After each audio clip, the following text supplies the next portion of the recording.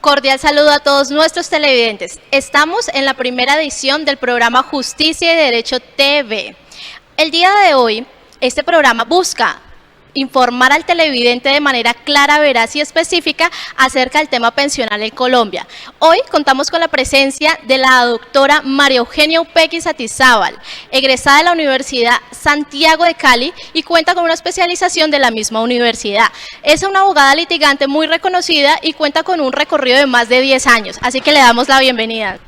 Muchas gracias, Ángel y Paola, por la presentación y esperamos despejar todas las dudas e inquietudes que tengan sobre los temas hoy puntuales que vamos a tratar. Gracias. Hoy vamos a tocar varios temas relacionados con otras prestaciones diferentes a las que siempre hemos notado durante todo este recorrido, y es el tema de vejez, invalidez y la pensión de sobrevivencia. Como en este programa queremos tocar otro tipo de prestaciones, vamos a entrar en detalle y ya la doctora María Eugenia nos irá contando a lo largo del programa cada una de las inquietudes que se vayan presentando. Entonces, doctora, durante todo este recorrido siempre hemos escuchado hablar sobre el tema de la pensión de vejez, pero no es muy común escuchar esta pensión de vejez anticipada por hijo inválido. ¿Nos podría comentar un poco acerca de qué se trata de esta pensión y cuáles son los objetivos? Bueno, esta es una prestación que básicamente busca amparar a aquellos padres, cabeza de familia, como lo dice la norma, que tienen que dejar de laborar para dedicarse a cuidar a aquel hijo inválido que pues requiere de la atención de sus familiares.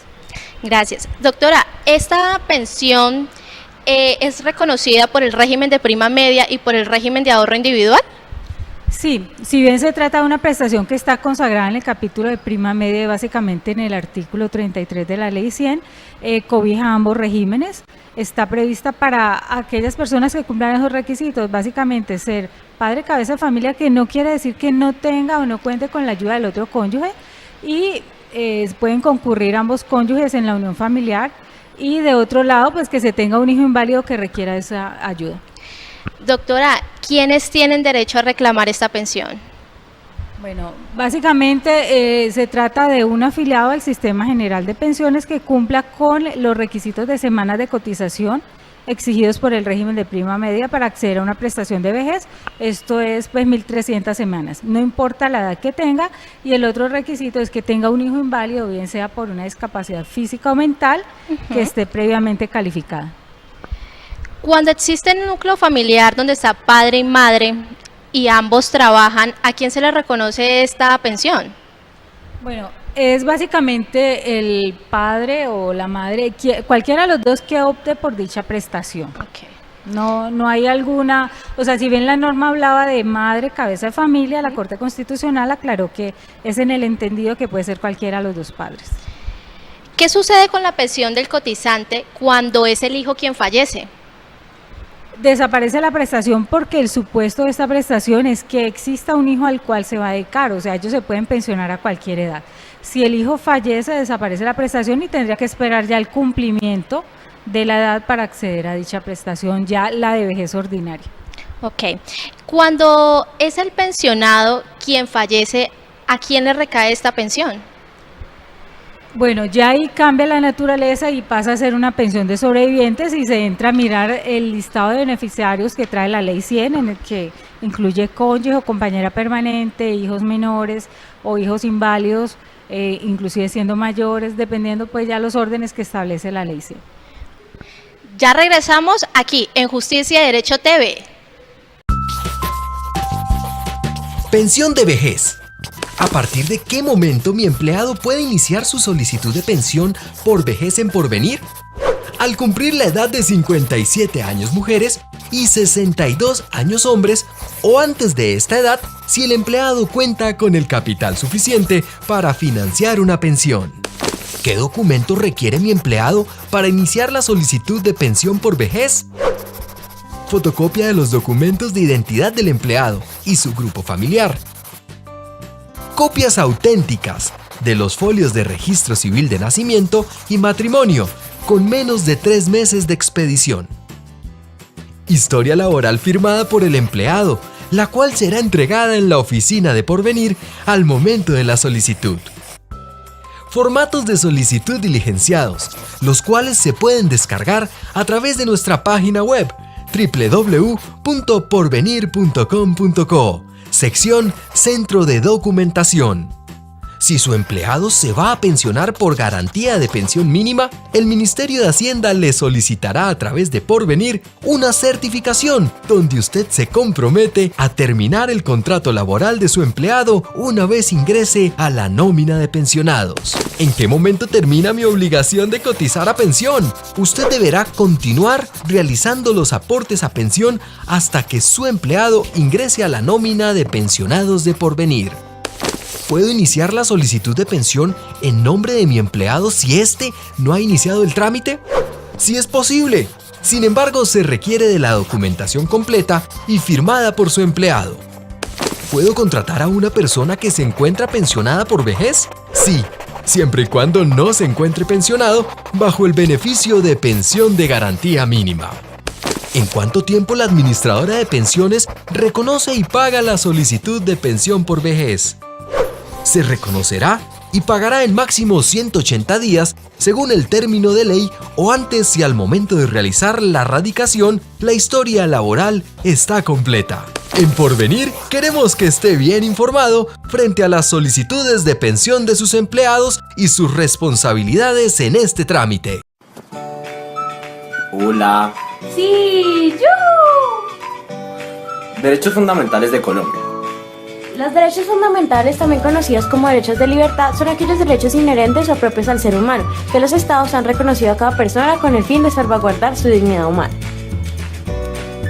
Los ciudadanos colombianos poseemos 23 derechos fundamentales que van desde el artículo 11 al 41 de la Constitución Política de Colombia. Artículo 11. El derecho a la vida es inviolable, por ende no habrá pena de muerte. Artículo 12. Nadie será sometido a la desaparición forzada o torturas ni a tratos inhumanos. Artículo 13. Todas las personas nacen libres, iguales ante la ley sin discriminación alguna. Artículo 14. Derecho al reconocimiento de la personalidad jurídica. Artículo 15. Derecho a la intimidad personal, familiar y a un buen nombre. Artículo 16. Derecho al libre desarrollo de la personalidad con limitación jurídica. Artículo 17. Se prohíbe la esclavitud, servidumbre y trata de seres humanos en todas sus formas. Artículo 18. Derecho a la libertad de conciencia. Artículo 19. Derecho a la libertad de cultos a profesar libremente su religión. Artículo 20. Derecho a la libre expresión y difusión de pensamientos y opiniones propias. Artículo 21. Derecho a la honra. Artículo 22. Derecho a la paz. Artículo 23. Derecho a presentar peticiones a las autoridades por interés general o particular y obtener pronta resolución. Artículo 24. Derecho a circular libremente, entrar, salir y permanecer en el territorio nacional. Artículo 25. Derecho al trabajo en condiciones dignas y justas. Artículo 26. Derecho a la libertad de profesión u oficio. Artículo 27. Derecho a la libertad de enseñanza, aprendizaje, investigación y cátedra.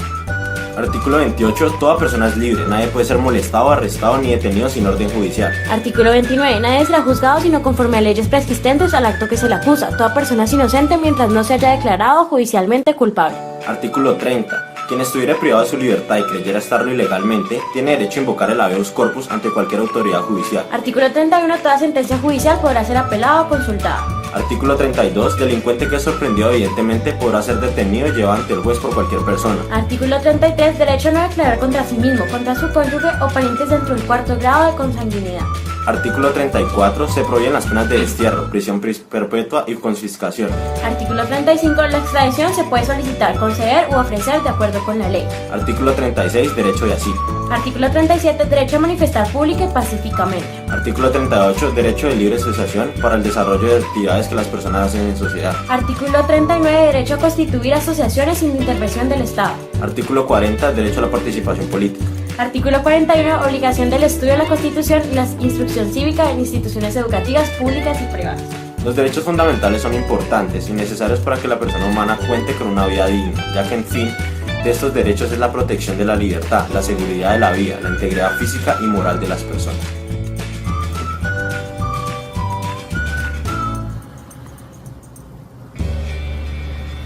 Muchas gracias.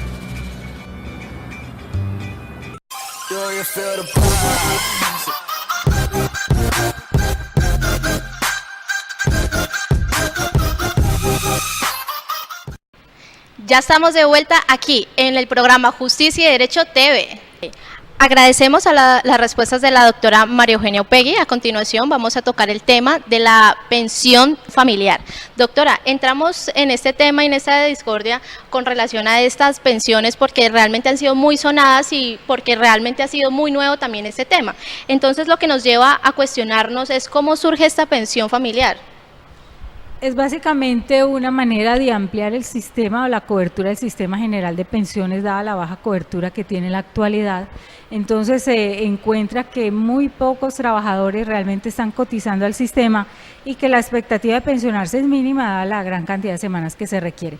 Entonces se encuentra el caso de cónyuges o compañeros que no han podido cumplir, bien sea con las exigencias de cualquiera de los regímenes que se encuentren afiliados, y hacerse acreedores a su prestación propia y requieren pues de la concurrencia de los aportes para acceder a dicha prestación. Ok, muchísimas gracias. Doctora, ¿cuáles son los requisitos que requiere una persona para acceder a esta pensión familiar? Bueno, hay dos exigencias previas. Uno, que los afiliados antes del cumplimiento de los 45 años de edad hayan cumplido o acreditado el 25% de las semanas exigidas para acceder a una pensión. Eso es un poco más de 300 semanas. Segundo, que se encuentren en edad de pensión y no tengan a su vez dicha prestación, no la hayan podido completar cada uno de manera individual. Tercero, que no estén recibiendo ningún tipo de pensión, que no hayan reclamado indemnización y que decidan acceder pues a la prestación en conjunto. Estas parejas deben, pues la verdad, estar afiliados al mismo régimen pensional, o sea, se les permite el traslado por una sola vez para poder que se les reconozca dicha prestación. Ya depende de si está en régimen de prima media o en el de ahorro individual para mirar el cumplimiento de ciertos requisitos adicionales. Doctora, la pensión familiar en ocasiones cuando hay uno de los dos cónyuge o compañero permanente fallece, ¿la otra mitad de esa pensión les es reconocida a la otra persona o solamente se queda con la mitad?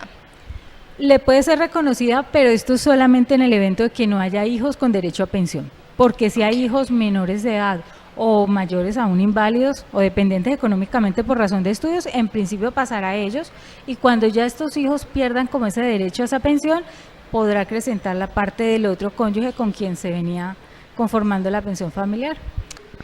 Ya regresamos aquí en Justicia y Derecho TV.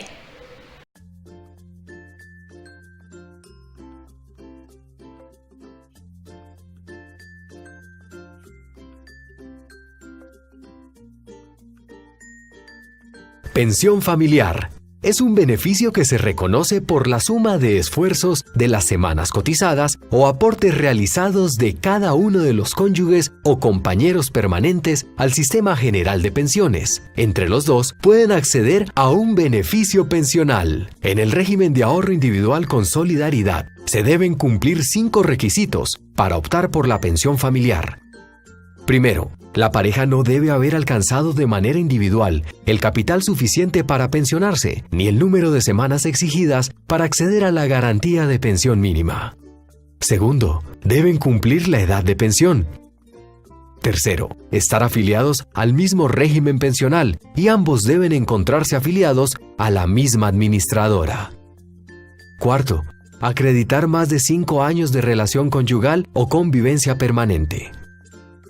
Quinto, sumar entre la pareja el capital mínimo para tener derecho a una pensión de vejez, o sumar entre los dos las semanas mínimas de cotización, 1.150 semanas, equivalentes a 23 años, para tener derecho a una pensión por garantía de pensión mínima. Cuando no se cumple con los requisitos anteriores, la pareja tiene derecho a solicitar la devolución de saldos, desde que éste no se haya pagado.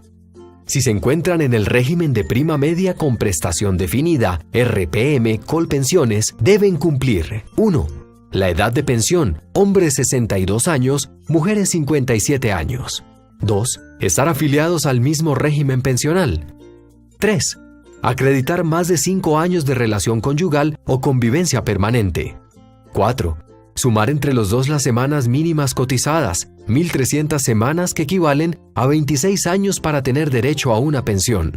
5. Estar afiliados al régimen subsidiado de salud SISBEN en los niveles 1 y 2. 6. Cada uno debe haber cotizado a los 45 años el 25% de las semanas requeridas para acceder a una pensión. Cuando no se cumple con el requisito anterior, la pareja tiene derecho a solicitar la indemnización sustitutiva, desde que ésta no se haya pagado. Se debe tener en cuenta que la pensión familiar es una sola. Se paga el 100% al titular, quien será el que tenga más semanas cotizadas o capital aportado. El valor de la mesada pensional en el régimen de ahorro individual con solidaridad dependerá del capital acumulado entre los dos. En el régimen de prima media, la mesada pensional será máximo de un salario mínimo mensual legal vigente.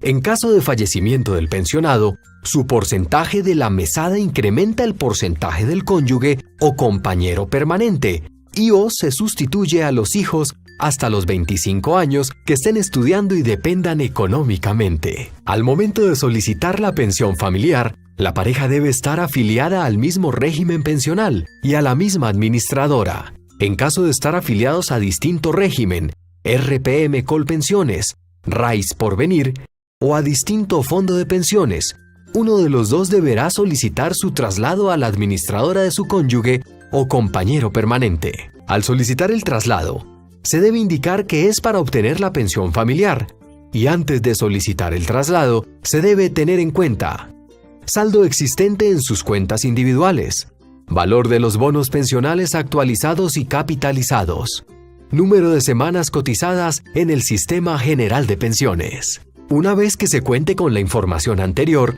seleccionan la administradora del titular de la pensión familiar. Será titular de la pensión familiar el afiliado que tenga mayor saldo en su cuenta individual.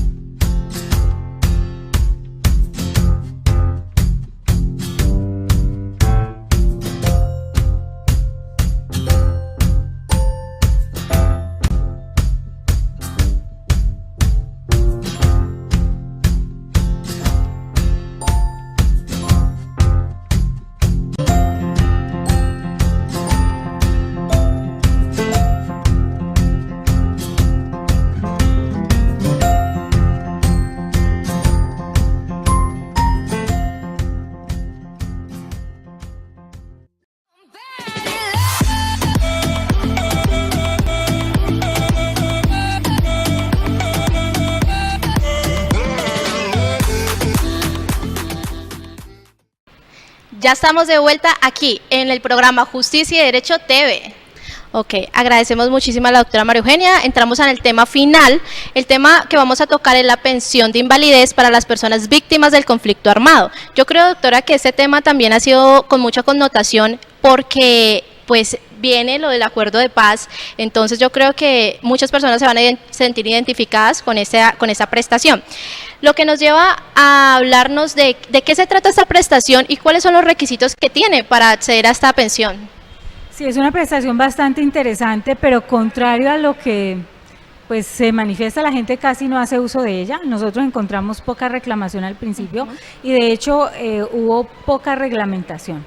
Entonces no se trata realmente de una pensión como se reglamentó el año pasado, se trata sencillamente de una prestación de carácter humanitario que se le da a esas personas que fueron víctimas del conflicto armado, que presentan una pérdida de capacidad laboral al 50% y que carecen de los recursos para pues prodigarse la atención en salud o para gozar pues de ciertos beneficios económicos. Doctora, ¿quién tiene el derecho o cuáles son los requisitos específicos para que una persona pueda acceder a esta pensión? Básicamente, primero ser colombiano, ser víctima del conflicto armado y con ocasión de ello, pues tener un estado de invalidez. O sea, debe haber un nexo causal entre el conflicto armado que ha vivido en nuestro país y su estado de invalidez. Debe ser declarado inválido conforme a las normas o al decreto que regula la calificación, es decir, tener una pérdida de capacidad laboral del 50%, debe ser reconocido como víctima y estar inscrito en el registro único de víctimas y tampoco puede contar con recursos o algún tipo de pensión para ello. Doctora, ¿ante quién se reclama esta pensión y cuánto tiempo dura este trámite? Bueno, esta es una prestación que, como te decía anteriormente, no había sido reglamentada, en principio estaba en cabeza de Colpensiones, pues a cargo del Fondo de Solidaridad Pensional y pues el gobierno hacía sus partidas presupuestales para ello. Pero desde la reglamentación del año pasado, esa prestación está a cargo directamente del Ministerio de Trabajo, del encargo fiduciario que ellos contraten y tiene 4 meses el Ministerio para pronunciarse frente a esas solicitudes pensionales que se eleven, pues mal llamada pensionales, ¿no? Porque como te decía, es básicamente una prestación de carácter humanitario. Doctora, ¿esta pensión, una vez obtenida, puede que se pierda? Claro. En muchas ocasiones el estado de invalidez de alguna manera es reversible, es decir, la persona puede presentar alguna mejoría y desaparecer su estado de invalidez. Entonces, donde no acredite, la entidad está facultada para hacer revisiones periódicas de cada 3 años de dicho estado de invalidez. Si él desaparece, se pierde la prestación. Si muere el beneficiario, pues desaparece la prestación y el beneficiario de la prestación también está llamado o es obligación suya someterse a las revisiones periódicas que establece la ley. Ok. Estimados televidentes, como se han dado cuenta, bastante interesante todos los temas que se han tocado el día de hoy. Agradecemos la asistencia de la doctora María Eugenia Upegui por brindarnos toda esta información y quedamos pendientes para el próximo programa de Justicia y Derecho TV aquí en el Canal 2.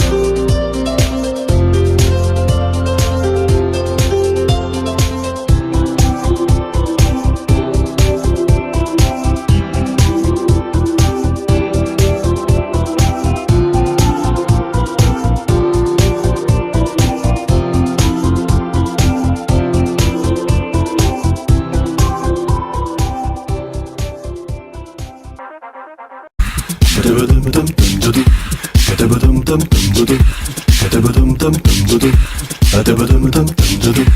Ba-da-ba-dum-dum-dum-dum-dum. Ba-da-ba-dum.